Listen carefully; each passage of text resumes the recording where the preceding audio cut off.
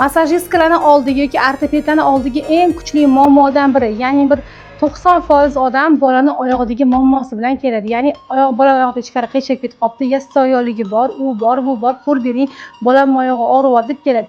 Ya'ni oyog'ini tegidi. Shuni yaxshilab o'rganishingiz shart. Bizda bugungi mavzuyimizda yassi oyoqli valgus varus. Bu narsani o'z vaqtida davolamasa nima bo'ladi? Qatlaga muammo beradi.